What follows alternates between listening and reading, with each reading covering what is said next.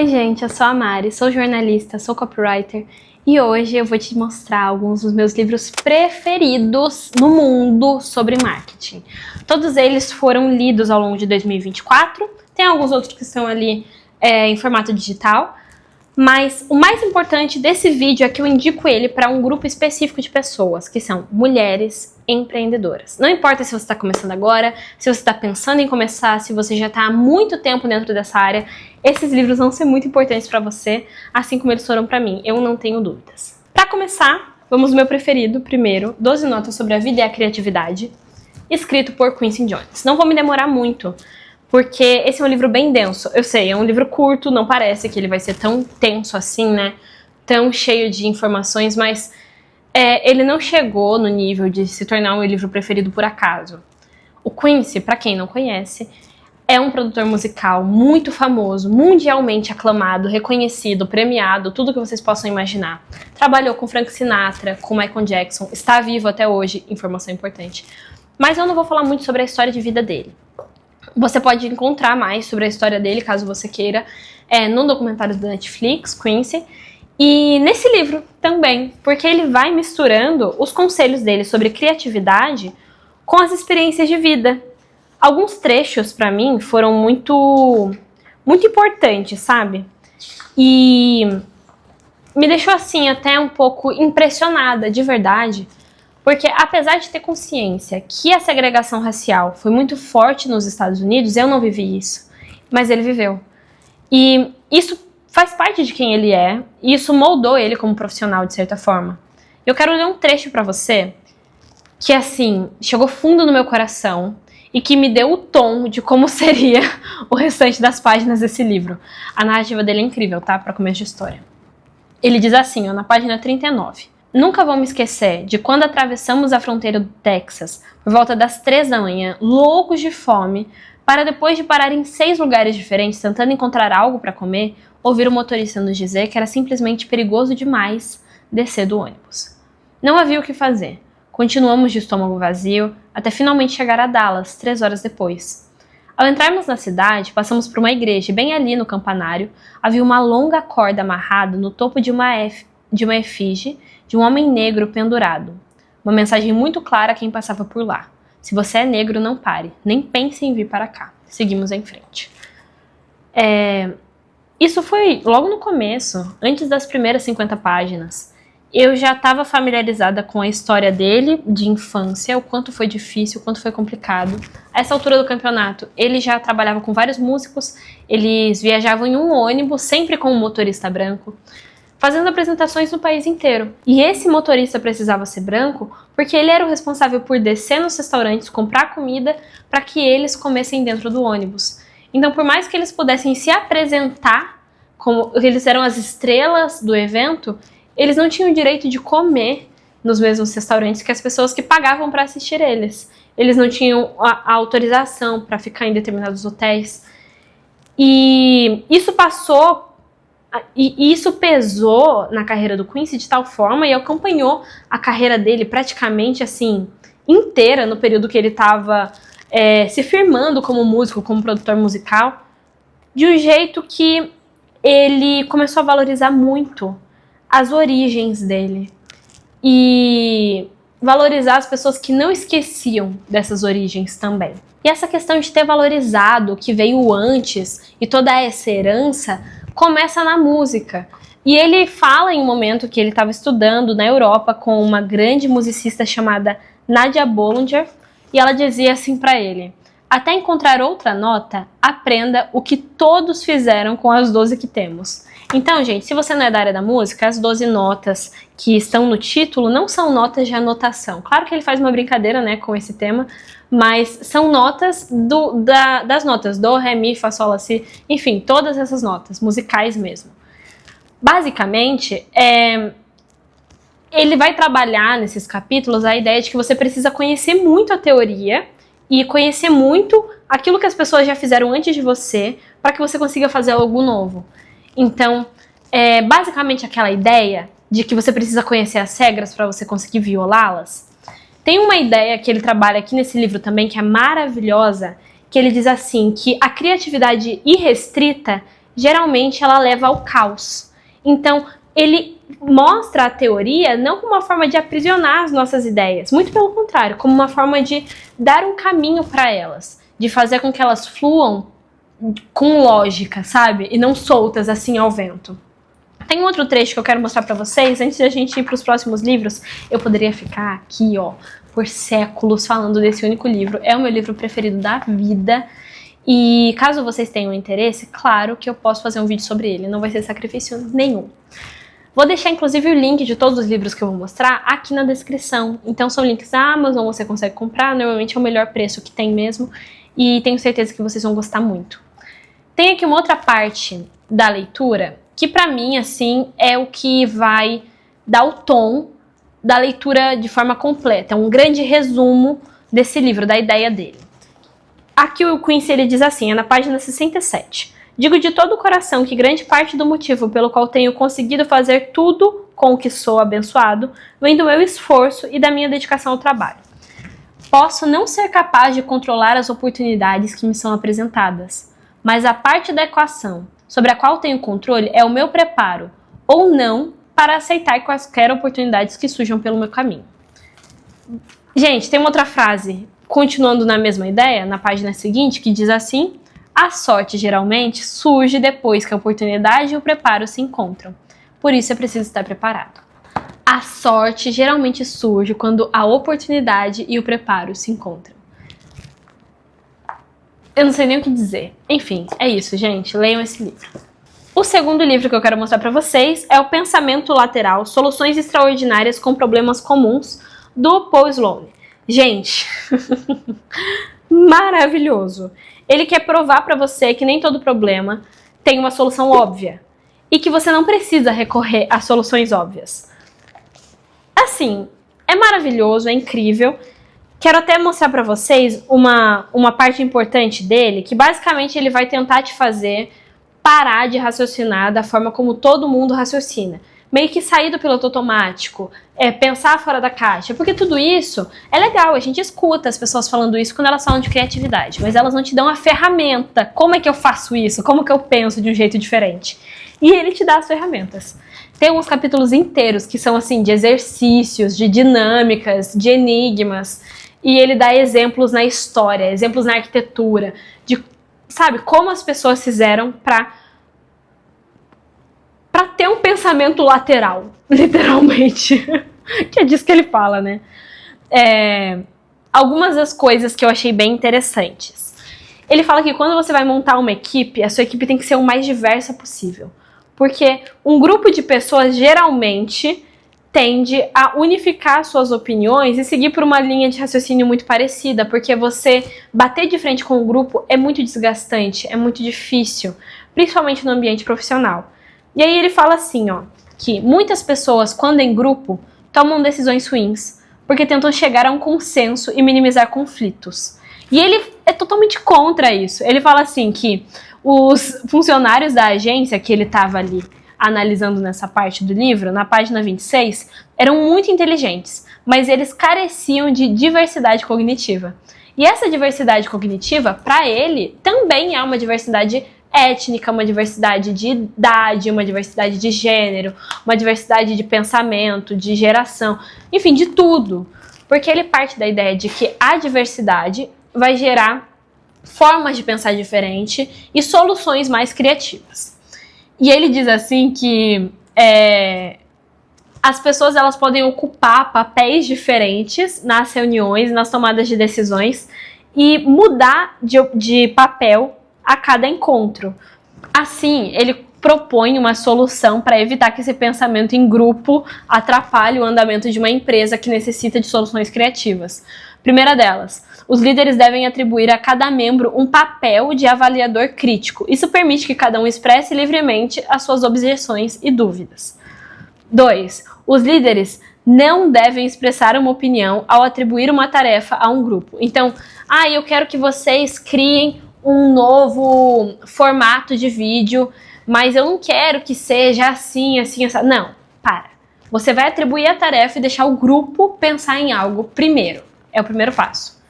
3. Os líderes devem se ausentar de muitas das reuniões do grupo para evitar influenciar em excesso o resultado. 4. A organização deve criar vários grupos independentes trabalhando no mesmo problema. Isso aqui é quase inviável para a maioria das empresas. Mas eu penso, poxa, existem empresas gigantescas que poderiam estar colocando isso em prática, mas que nunca pensaram nisso. 5. Todas as alternativas eficazes devem ser analisadas. 6. Cada membro deve discutir as ideias do grupo com pessoas de confiança fora do grupo. 7. O grupo deve convidar especialistas externos para as reuniões. Os membros do grupo devem poder discutir com e questionar os especialistas externos. E 8. Pelo menos um membro do grupo deve receber o papel de advogado do diabo. Deve ser uma pessoa diferente para cada reunião. Essa aqui é a minha preferida, porque é fácil de aplicar. Não pode ser a mesma pessoa sempre que vai fazer o papel do advogado do diabo, porque essa pessoa vai ser tida como o pessimista, o que coloca empecilho em tudo, a pessoa que nunca traz uma solução. Então, a cada reunião, uma pessoa deve ocupar esse papel, mas sempre tem que existir essa pessoa. Quero trazer para vocês um enigma que o livro traz, na verdade são vários, no capítulo 26, que exemplificam pra gente, na prática, o que é o pensamento lateral. O primeiro deles: montanhas à frente. Você está sentado ao lado de um piloto de um pequeno avião a uma altitude de 1.600 metros. Montanhas enormes surgem logo à frente. O piloto não muda de velocidade, direção ou altitude, mas você sobrevive. Como? A nossa tendência, e a minha tendência quando eu li esse livro, foi pensar, tipo, nossa, mas ele não mudou de velocidade, ele não mudou de altitude, ele não mudou de nada. As montanhas estão ali na frente, eu tô a 1.600 metros de altitude no avião. O que eu pensei? Ah, então provavelmente a minha cadeira foi ejetada. Ou, sei lá, sinceramente eu tive muita dificuldade de pensar numa solução para isso. Vocês sabem qual é a solução? Eu vou ler para vocês qual é a solução. O avião está parado no chão do aeroporto de Denver, Colorado, que fica a 1.600 metros acima do nível do mar. O avião estava parado, gente. Ele só estava numa localização a 1.600 metros acima do nível do mar. Isso não é um pensamento lógico, simples, prático, intuitivo. É um pensamento lateral. Essa é a ideia do livro. É a gente não partir para conclusões óbvias. E ele traz exercícios para isso. Eu vou até mostrar para vocês aqui 10 coisas que você pode fazer quando está estagnado, porque ajuda você a ter esse pensamento lateral e é uma proposta que o livro traz nesse sentido. Primeiro, identificar qual é a barreira, depois redefinir o objetivo, verificar as suas suposições, considerar o oposto, procurar uma metáfora, assumir superpoderes, mudar o meio, pegar um recurso, pedir ajuda e recomeçar. Não vou explicar cada um deles, porque cada um deles merece a sua atenção e seu carinho, mas eu digo que você precisa ler esse livro, principalmente para tomar decisões menos óbvias. Terceiro livro de hoje vai para aquelas pessoas maravilhosas que querem fazer uma transição de carreira. Não sei se você já trabalha com marketing, mas é possível que não. É possível que hoje você trabalhe no escritório administrativo, é possível que você trabalhe como psicóloga, como advogado, pode ser que você esteja em uma área que não se identifica mais, que é uma área boa de trabalhar, mas que você não se vê mais atuando. E, sinceramente, esse foi um livro, da Dorie Clark, que mesmo pra mim, que não estou mudando de carreira, eu sou copywriter, pretendo continuar sendo, me deu uma forma diferente de olhar para quem eu quero ser no futuro. Tem aqui um tópico dentro do capítulo Pesquise o Seu Destino, que ela fala sobre a pesquisa de bastidores. E ela te ensina em detalhes como você vai descobrir o que as pessoas que você mais admira fizeram para chegar onde elas estão. E ela fala como essa pessoa conseguiu esse emprego, que tipo de treinamento ela teve. E ela fala que era difícil antigamente você ter acesso a esse tipo de trajetória, mas hoje em dia, na era pós-Google, isso ficou muito mais fácil. Vai descrever com detalhes. E o que eu gosto nesse livro é que a cada capítulo, ou de tempos em tempos, ela tem esses cards, né, esses blocos de texto com informações resumidas e atividades práticas. Nesse aqui, ó, é o Experimente Isso. Faça uma lista das pessoas que você acha que fizeram as coisas mais interessantes possíveis. Qualquer um. Líderes empresariais, famosos, até seu vizinho que morou em Bangkok por um ano. Procure a biografia dessas pessoas na internet. Você geralmente pode encontrá-las nas seções sobre do site da empresa, mas talvez seja necessário certo trabalho de detetive. Se elas forem conhecidas, leia artigos na mídia a seu respeito, para se familiarizar com as suas progressões de carreira. E aqui ela vai dar outros conselhos também nesse mesmo sentido. E o legal desse livro da Dorie Clark é que ela usa as experiências pessoais dela e as experiências das pessoas que ela conhece para exemplificar as situações. Uma dessas pessoas é a mãe dela e ela conta assim, ó, minha mãe teve uma abordagem parecida, e aí ela tá falando sobre reinventar, né, mudar completamente de área, transicionar de carreira, e ela fala que a mãe dela teve uma abordagem parecida quando decidiu aos 60 e poucos anos virar cabeleireira, apesar de ter doutorado e uma carreira de sucesso como terapeuta. Até era divertido contar às pessoas que eu ia para o curso de cabeleireiros, ela diz. Por que você vai fazer isso? O que dava início a uma ótima conversa. Nunca tive vergonha. Eu tinha formação, mas era uma ótima forma de me conectar com as pessoas. Agora, ela corta o cabelo de quase todos os amigos e o meu. Ela decidiu no final da vida dela, quer dizer, ela decidiu do meio pro final da vida dela que ela queria experimentar algo novo, que ela queria testar algo completamente diferente de tudo que ela fez a vida dela inteira. Isso é muito legal porque ela mostra que muitas vezes o caminho ele não é linear. E não é como se o sucesso ele fosse o topo da montanha e que você vai ficar subindo, subindo, subindo e finalmente vai chegar. Na verdade, eu sei que é até um pouco clichê dizer isso, mas muitas vezes o sucesso ele tá pelo caminho e ele vai ser alcançado de formas diferentes em momentos diferentes da vida. Isso aqui é uma das temáticas que a Dorie Clark traz nesse livro. Mas mesmo nesse processo de se reinventar, a autora traz com muita ênfase o quanto é importante você não abrir mão das suas características pessoais, daquilo que formam quem você é. E ela traz o exemplo de uma atriz de Hollywood, deixa eu encontrar aqui o nome dela, a Jennifer Grey, que ela fez uma rinoplastia. Isso foi nos anos 90. O nariz dela era uma marca pessoal, era uma forma como ela era identificada nos filmes, nas propagandas, em tudo que ela participava. E todo o público conhecia ela e admirava ela por essa característica. Aparentemente era algo que afetava a autoestima dela e ela não tinha essa visão de que fazia parte de quem ela era. Na verdade, ela, muitos anos depois, foi se arrepender e disse que ela não deveria ter feito isso, mas já foi, né? Fazer o quê? O que aconteceu depois que ela fez essa rinoplastia foi que ela perdeu uma parte importante da identidade dela como pessoa, mas também como marca, como empresa. E conforme ela foi fazendo propagandas e filmes e séries, as pessoas não reconheciam mais ela, não sabiam quem ela era, como se ela tivesse começado do zero. Inclusive, ela foi protagonista de uma série que era quase que uma paródia de mau gosto sobre uma atriz em decadência que não era mais reconhecida, sabe? E eu acho isso muito triste. Então, por mais que seja importante se reinventar, que seja importante experimentar coisas novas, a gente precisa ser fiel a quem a gente é. E então, esse livro pra mim é um grande achado nesse sentido. Não é um livro desconhecido, na verdade ele é uma grande referência na área dele. Eu acho que vale a pena você ler. Quarto livro também é da Dorie Clark, só que se chama A Longo Prazo e eu ouso dizer que é até melhor que o outro. Ele é igualmente bom, tá? Não vou nem dizer assim que não é que o outro é ruim, de jeito nenhum, tá, gente? É que esse aqui é muito bom, muito bom. E ele te ensina como você vai planejar a sua vida de forma que os seus objetivos não acabem no curto prazo. Uma das coisas que mais me pegou nesse livro foi que ele me fez refletir sobre o apego que eu tenho a uma rotina cheia, uma agenda lotada. E o quanto isso não é necessariamente um sinônimo de sucesso agora, muito menos de sucesso no futuro. Tem aqui uma parte que ela diz assim, que é na página 32. Acontece que podemos estar obtendo benefícios ocultos de nosso implacável modo de execução de curto prazo. Mais pra frente ela diz, em outras palavras, estar muitíssimo ocupado e garantir que os outros saibam disso pode, consciente ou inconscientemente, ser importante para a nossa autoestima. E embora desejemos ter tempo para pensar a longo prazo, possuí-lo pode sinalizar que somos um pouco menos essenciais do que pensávamos ser.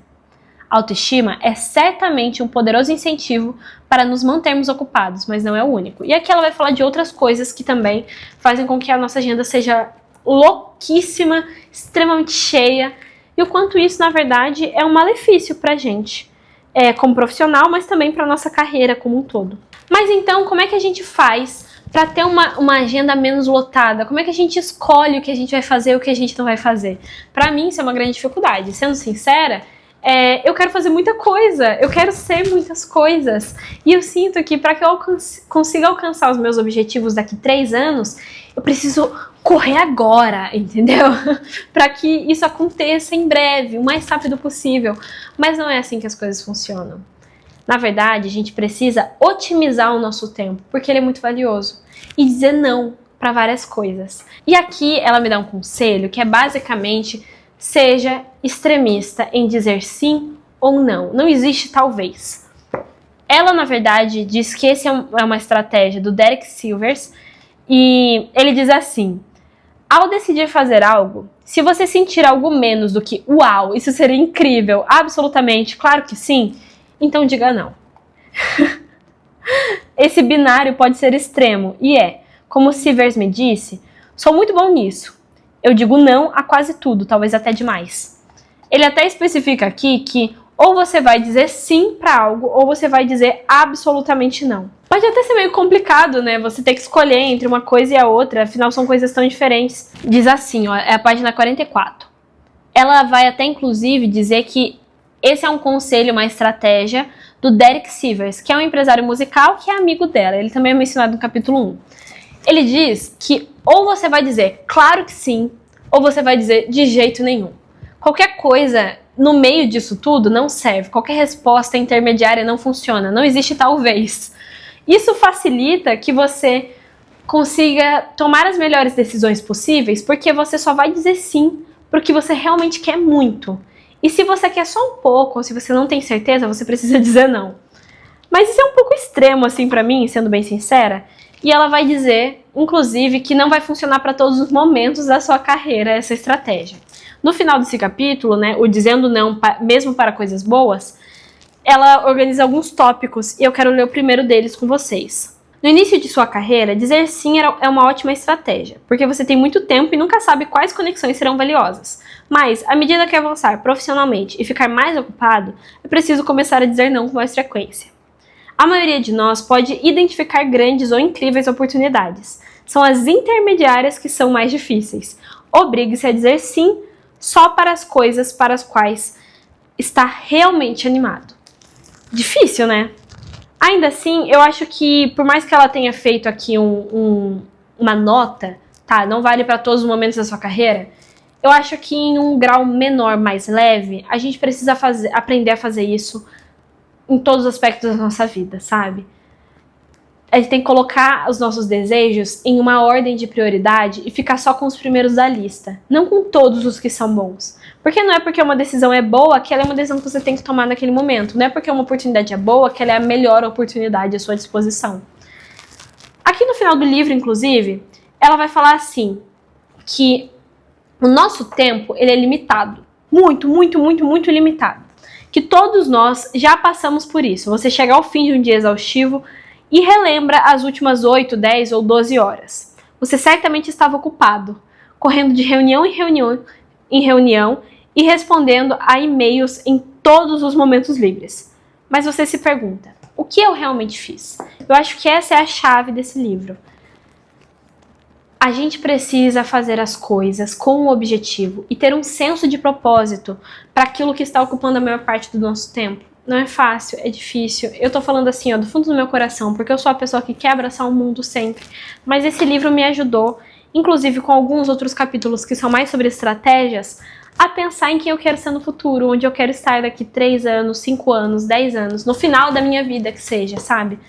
É um livro muito valioso, tá na minha lista de preferidos. Por último, mas não menos importante, trouxe no meu Kindle Roube como um Artista. Quero até fazer uma menção honrosa aqui pro amigo dele, né, o próximo livro da série, que vai ser o Mostre Seu Trabalho, do mesmo autor, o Austin Kleon. E vou até pegar aqui as minhas anotações, porque tem frases e mais frases que precisam estar dentro da nossa mente. E elas todas estão nesse livro. Esse livro ele vai te ensinar como a ter referências, se inspirar no trabalho de outras pessoas, sem roubar o conteúdo dela, sem plagiar, sem cometer crimes, sendo uma pessoa ética, enfim, todas essas coisas que a gente gosta. Uma dessas técnicas que ele vai apresentar é você escolher uma pessoa para ser o seu mentor como artista, mas não uma pessoa qualquer, uma pessoa que já morreu, já passou dessa para melhor. E a frase dele, a justificativa dele para isso é: a melhor coisa a respeito de mestres mortos ou distantes é que eles não podem recusá-lo como aprendiz. Você pode aprender o que quiser com eles e eles deixaram seus planos de aula em suas obras. Eu achei isso assim surreal, maravilhoso, que ideia maravilhosa, incrível, principalmente porque não precisa ser alguém da sua área. Você pode colocar como seu mentor pessoas que são de áreas distintas. Eu já mostrei aqui outros livros que mostram para você referências de criatividade, de trabalho, de atuação que são distantes, né, do marketing. Algumas pessoas são produtores musicais, outros são advogados, jornalistas, enfim, cada um é uma coisa, mas todos eles têm algo para nos ensinar. E isso é uma coisa que eu sempre falo para as minhas mentoradas, né? Sempre que você vai escolher um perfil no Instagram para servir de referência para você, foge do seu nicho, fura a sua bolha. A chance de você deixar o seu conteúdo muito parecido com o do seu concorrente, quando você faz isso é grande, né? Quando você escolhe pessoas próximas da mesma área. Quando você fura a bolha, você está indo para o caminho oposto. Você pode, inclusive, ser revolucionário dentro do seu nicho porque você trouxe uma referência de fora. Mas tem outras frases que são interessantes. Vou ler bem rapidinho pra vocês, que esse vídeo já tá ficando longo, mas eu acho que elas são muito úteis, muito importantes pra mim, mexeram comigo. E ele cita uma frase do Conan O'Brien que diz assim: é o nosso fracasso em nos tornar o que percebemos como ideal, que no fim das contas nos define e nos torna únicos. O que isso significa? Ele diz assim, um jogador de basquete, que ele olha pro LeBron e fala: eu quero ser como ele, eu quero jogar como ele, vai tentar tanto jogar como o ídolo, que quando ele perceber que ele falhou, ele já vai ter melhorado muito quem ele era anteriormente. Então, o processo de tentar ser como seu ídolo é um processo de melhora contínua e que na sua falha em ser como ele, você vai descobrir como você é de fato. Então, mesmo que você queira muito fazer o seu trabalho como o de alguém, você não vai conseguir fugir de fazer como você faz. E eu acho esse conselho muito bom, porque faz a gente parar de perseguir a autenticidade a todo custo. Porque a autenticidade, ela não pode ser fabricada, ela é, ponto. Você só precisa se descobrir, e você se descobre no processo. Uma das dicas que ele dá para que a gente consiga trabalhar de forma criativa e otimize os nossos resultados é burlar o processo comum de escrever no computador. Claro, a gente tá lá condicionado, que é mais fácil, porque você consegue apagar 1 milhão de vezes e reescrever sem muito trabalho, mas esse é o problema. E ele diz assim: o computador é muito bom para editar as suas ideias, e é muito bom para deixá-las prontas para publicar e lançá-las ao mundo, mas não é muito bom para gerar ideias. Há várias oportunidades de pressionar a tecla delete. O computador estimula o perfeccionismo perturbado em nós e começamos a editar ideias antes de tê-las. Então, tá travado para criar um post? Não sabe o que você vai colocar no link da sua bio? Você não consegue pensar no novo infoproduto ou seu vídeo não tá saindo?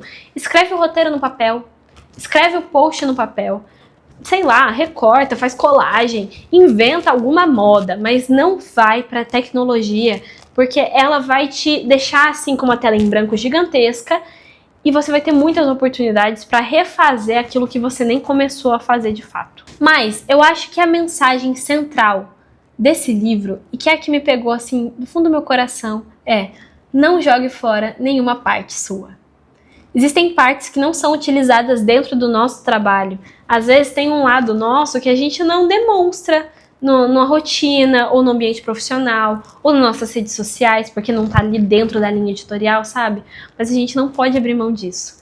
E aqui eu falo especificamente dos hobbies. Eu, Mari, sou uma colecionadora compulsiva de hobbies. Eu faço 1 milhão de coisas diferentes a cada mês. Então, atualmente eu tenho hobby de cuidar de plantas, vocês estão vendo várias plantas aqui em volta na minha casa. Eu faço bolsas de miçanga, pulseira de miçanga. Tô tentando aprender crochê. Eu gosto muito de jogos de tabuleiro, então eu e meu marido, a gente coleciona e joga, traz amigos aqui em casa pra gente jogar todo mundo junto.